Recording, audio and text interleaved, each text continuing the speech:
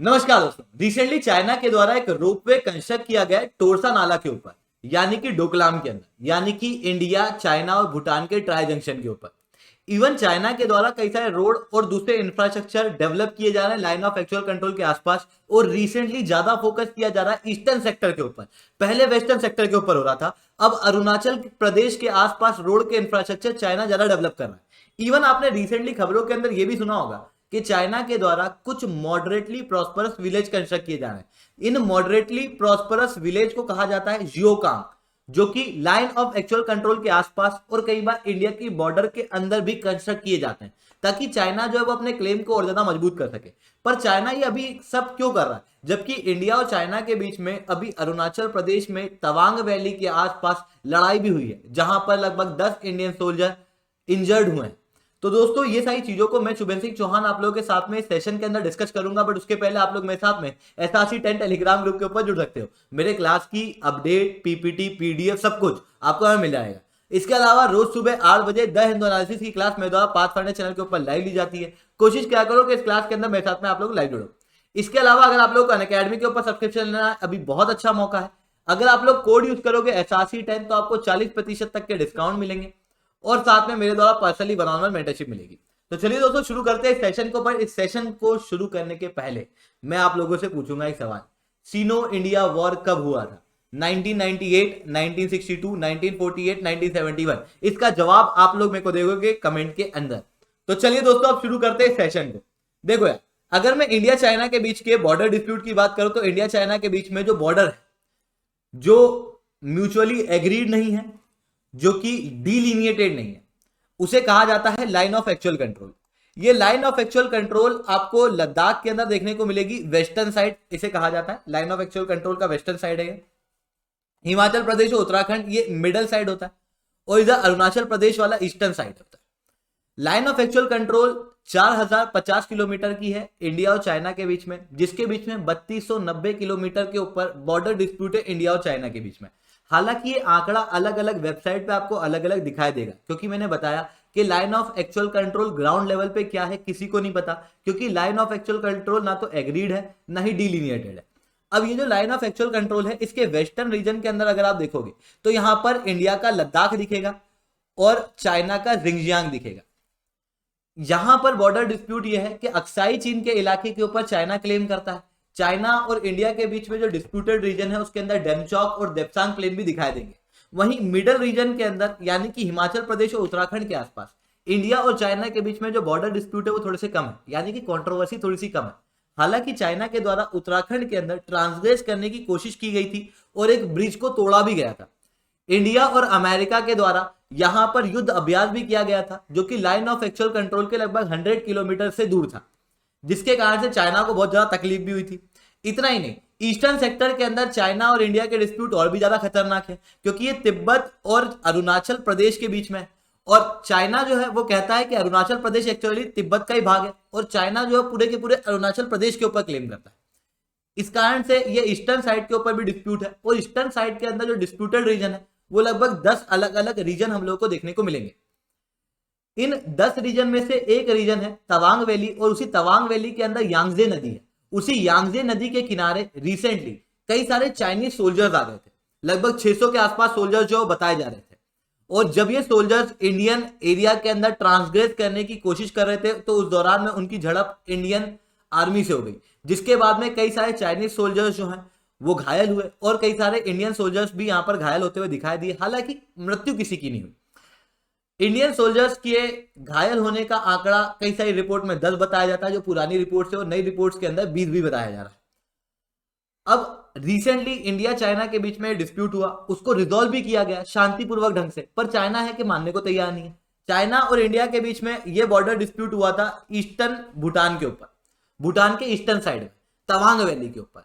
अब भूटान के अंदर ही वेस्टर्न साइड है जहां पर डोकलाम आता है, जिसके लिए 2017 के अंदर इंडिया और चाइना के बीच में स्टैंड ऑफ भी हुआ था।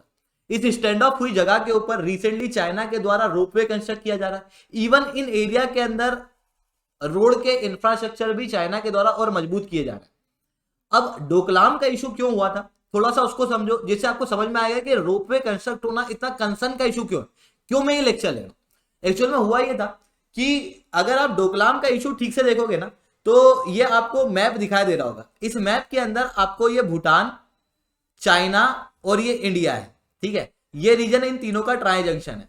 यहां पर भूटान और चाइना के बीच में भी बॉर्डर डिस्प्यूट है, जहां पर चाइना का कहना यह है कि इंटरनेशनली रिकॉग्नाइज भूटान की बॉर्डर ये है, यानी कि भूटान के अनुसार भूटान और चाइना के बीच की बॉर्डर ये है। पर चाइना जो ये रेड लाइन है, इसको कहता है कि ये भूटान और चाइना के बीच की बॉर्डर है। और ये जो रीजन दिखाई दे रहा है जहां पर ये रेड मार्क है, ये रीजन जो है वो डोकलाम है। चाइना इसके ऊपर क्लेम करता है। हालांकि 1984 से बॉर्डर डिस्प्यूट है और उसके बाद में कई बार आपस में बातचीत भी की गई, हालांकि इस डिस्प्यूट को रिजोल्व कर नहीं पाए। रिसेंटली भूटान और चाइना के बीच में एक एमओयू भी साइन हुआ था, जिसके अंदर दोनों ने एक रोड मैप डिसाइड किया था किस तरीके से दोनों जो है बॉर्डर डिस्प्यूट को रिजोल्व करेंगे। हालांकि चाइना और भूटान के बीच का ये जो बॉर्डर डिस्प्यूट को रिजोल्व करने वाला रोड मैप है, ये 2017 के अंदर नहीं था, यानी कि जब डोकलाम का इशू हुआ था, जब ऐसा कोई भी रोड मैप नहीं था। अब हुआ कुछ ऐसा कि चाइना ने यूनिलेटरली इस डोकलाम प्लेट्यू पे रोड बनाना शुरू कर दिया, जो कि भूटान की टेरिटरी थी। उसके अंदर चाइना ने अपने रोड के इंफ्रास्ट्रक्चर बनाना शुरू कर दिए। तो भूटान की तरफ से इंडियन आर्मी ने यहां पर इस रोड के इंफ्रास्ट्रक्चर के खिलाफ विरोध जारी किया, जिसके बाद इंडिया और चाइना के बीच में एक स्टैंड ऑफ हुआ आर्मी के बीच में, जो लगभग 73 दिन तक चला। इसी बीच में कई सारे इंडियन पिलग्रिमेज नाथुला पास से होते हुए कैलाश पर्वत यानी कि चाइना के अंदर दर्शन करने जा रहे थे, तो उनके इस पिलग्रिम को भी चाइना के द्वारा रोक दिया गया। अब सवाल उठता है कि इंडिया ने यहां पे इंटरफेयर क्यों किया? ये तो भूटान और चाइना का इंटरनल इशू था। देखो, इंडिया को भी यहां पे प्रॉब्लम, देखो अगर आप देखोगे यहां पर बहुत ध्यान से, तो ये ट्राई जंक्शन वाला इलाका है, जस्ट पास में इंडिया की बॉर्डर भी शेयर हो रही है। अब यहां पर जो इंडियन आर्मी है, उसके पास में जो एरिया है वो ऊंची हाइट वाले एरिया है, मतलब एक मजबूत एरिया पे इंडियन आर्मी खड़ी हुई है, जहां से पूरे रीजन को इंडियन आर्मी इजीली देख पाती है। चाइना को इसी चीज की तकलीफ रहती है, तो चाइना जो है वो इन रीजन के ऊपर क्लेम करता है ताकि थोड़ी हाइट पे आ पाए। दूसरा, चाइना चाहता है कि यहां पर रोड, रोपवे वगैरह क्रिएट करके उसकी ट्रूप को अंदर से इजीली और फास्टली यहां पर मूव करा सके बॉर्डर एरिया के अंदर, अगर इन केस इंडिया और चाइना के बीच में कोई भी बॉर्डर डिस्प्यूट होता है उस केस में, ठीक है। साथ में यहां पर चाइना जो है वो चाहता है कि भूटान के साथ में इंडिया के रिलेशन खराब हो। देखो, इंडिया और भूटान के आपस के रिलेशन बहुत अच्छे, चाइना के साथ में भूटान के रिलेशन बहुत खराब है। भूटान के अंदर चाइना की एम्बेसी भी नहीं है। भूटान अगर चाइना से बात करता है तो वो दिल्ली की एम्बेसी से बात करता है।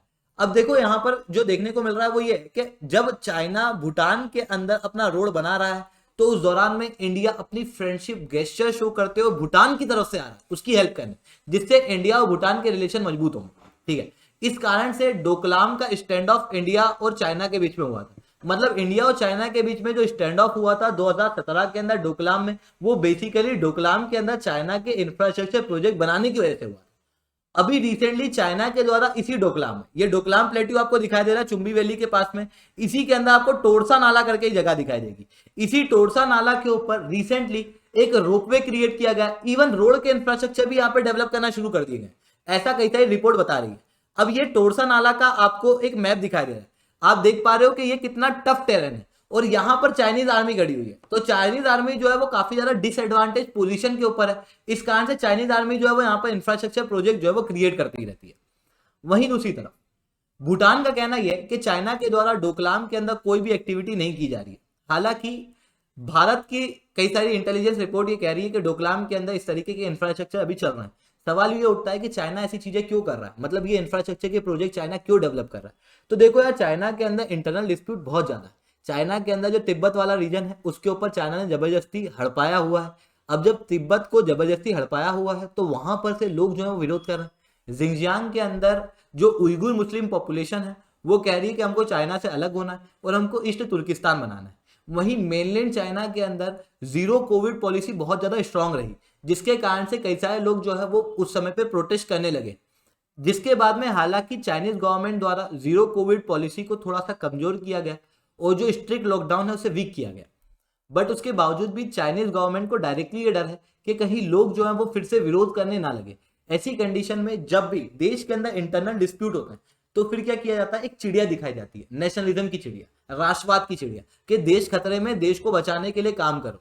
और वही चीज चाइना के द्वारा की जा रही है। इवन अगर आप देखोगे तो गलवान वैली में जब इंडिया और चाइना के बीच में बॉर्डर डिस्प्यूट हुए थे तो चाइनीज आर्मी के द्वारा कई सारे फोटो वीडियो रिलीज किए गए जिसके अंदर बताया गया था कि देखो चाइनीज आर्मी जो है वो वहां पर आपकी कैसी रक्षा कर रही है गलवान वैली में इंडियन सोल्जर से।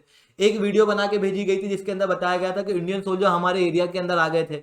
ठीक है, एक वीडियो इन्होंने ऐसा भी बनाया था जिसके अंदर इन्होंने बताया था कि चाइनीज फ्लैग जो है वो गलवान वैली के ऊपर फहराया गया है। इन सब के जरिए चाइना क्या करना चाहता है, चाइना एक साइबार लड़ना चाहता है। चाइना जो है वो इंडिया के आसपास इस तरीके के डेवलपमेंट कर करके अपने देशों के अंदर, देश के लोगों के अंदर नेशनलिज्म की भावना जो है वो डेवलप करने की कोशिश कर रहा है। कुल मिला के यहाँ पर हम लोगों को ये सब कुछ देखने को मिल रहा है। तो दोस्तों लेक्चर कैसा लगा लाइक जरूर करो, लेक्चर बहुत अच्छा लगा हो तो SRC10 कमेंट करो। अगर आप लोगों को अनअकैडमी के ऊपर सब्सक्रिप्शन लेना है तो अभी बहुत अच्छा मौका है, क्योंकि 18 महीने के सब्सक्रिप्शन के ऊपर आप लोगों को 3 महीने का एक्स्ट्रा एक्सटेंशन मिलेगा। ठीक है, 3 महीने का एक्सटेंशन मिलेगा, साथ में मेरे द्वारा पर्सनली 1-on-1 मेंटरशिप मिलेगी। अगर आप कोड यूज करोगे SRC10 तो SRC10 कोड का यूज करने के बाद में आप लोगों को मेरे द्वारा गाइडेंस मिलेगी। अनअकैडमी के सब्सक्रिप्शन के जरिए आपको टेस्ट सीरीज, किताबें और इंडिया के टॉप एजुकेटर से पढ़ने का मौका मिलेगा। तो दोस्तों आज के लिए इतना ही। जय हिंद, जय भारत।